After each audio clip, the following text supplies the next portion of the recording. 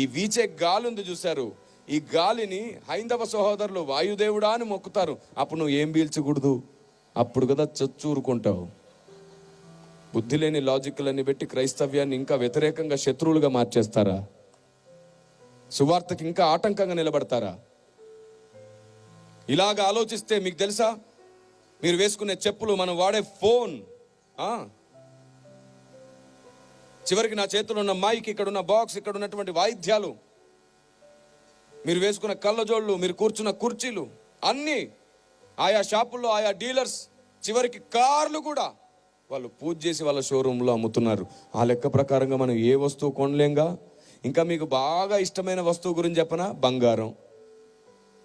ఏ మార్వాడి అయినా పూజ చేయకుండా బంగారం తయారు చేస్తాడా?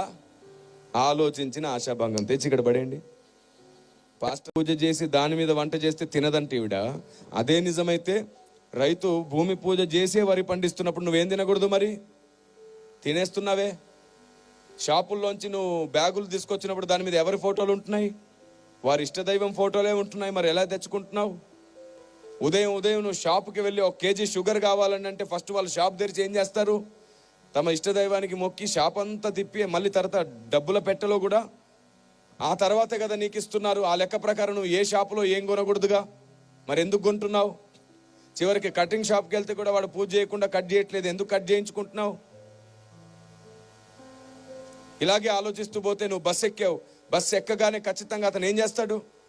అగరొత్తి వెలిగించి పూజ చేసుకుంటాడు. ఆ తర్వాత బస్ స్టార్ట్ చేస్తాడు. ఆ లెక్క ప్రకారం నువ్వు ఏం ఎక్కకూడదు.